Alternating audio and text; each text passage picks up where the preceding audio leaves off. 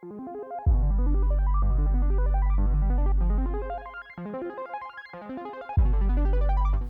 ce que je peux dire moi, c'est que je m'éclate.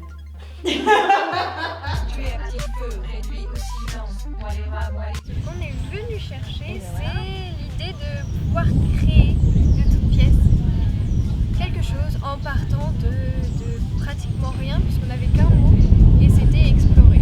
Voilà, on est arrivé avec le mot explorer et on savait pas ce qu'on allait explorer. Et du coup, l'idée, quand on a monté cet atelier-là l'année dernière, c'était qu'on arrive à un niveau quasi professionnel, en fait, pré-professionnel. Pourquoi te souvenir? Tu t'accroches au passé, mais à quoi bon souffle? Il faut aimer écrire, oui c'est sûr. Aimer jouer, oui. La personne qui s'inscrit a au moins une vraie année de pratique artistique, spectacle vivant derrière elle. Chant, musique, danse, théâtre, cirque. Mais elle sait ce que c'est que d'être sur un plateau. Tu as tort, tu t'empêches, je te dis laisse-toi faire. Je suis la petite voix dans ta tête. L'âge n'a jamais été un frein. Et là, le groupe était très disparate au niveau de l'âge, puisque la plus jeune avait 15 ans et la plus âgée, sans dire de bêtises, devait avoir un petit peu moins que mon âge. Voilà. Du coup, ça a fait bien rire mes parents quand je disais mais oui, moi j'ai des copines qui ont peut-être, je sais pas, 20, 30 ans plus que moi. Je repars avec des amitiés parce que ça, c'est vrai que de fait les liens créés sont très forts parce qu'on a vraiment vécu une aventure ensemble. Et puis je repars avec une idée plus précise de ce que ça veut dire créer un spectacle.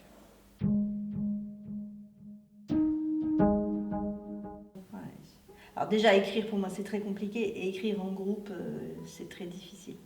Je ne recommence pas cette année parce que je me suis rendue compte que j'aimais bien écrire effectivement, mais que ce travail de réharmonisation derrière, voilà, c'est pas forcément ce que je préférais, c'est pas là où je me trouve le plus de plaisir, mais je me suis beaucoup amusée à jouer.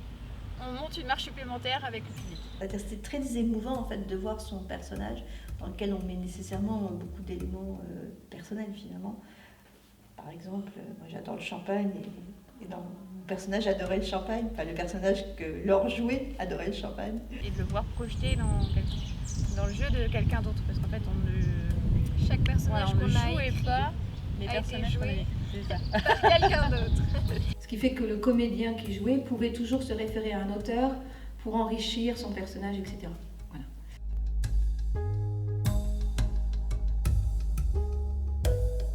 Ça a été un temps à part dans ma vie, entre guillemets, qui m'a fait beaucoup progresser sur le plan personnel, sur le plan professionnel aussi, parce que ça m'a généré beaucoup d'idées. Ça fait une respiration et ça peut aussi permettre de résoudre aussi des petites choses qui accrochent, se rendre compte qu'on a pas mal de qualités en plus et des compétences qu'on ne soupçonnait pas. Et j'ai trouvé une façon différente pour moi de réfléchir, apprendre à construire le personnage. La pédagogie en fait qu'utilise Laurence, ça m'a vraiment permis de comprendre ça. On crée vraiment une équipe artistique avec les plus et les moins d'une équipe artistique et humaine en fait. Et puis après il y a une étape d'écriture, mais tout le reste c'est elle en fait. Et juste moi je dis oui, non, peut-être. Et si c'est peut-être, il faut me convaincre, et si c'est non, il faut me convaincre doublement.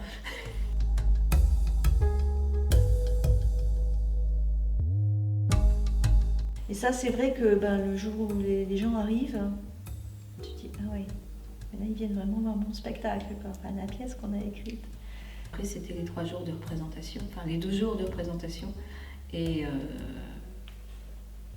c'était le bonheur.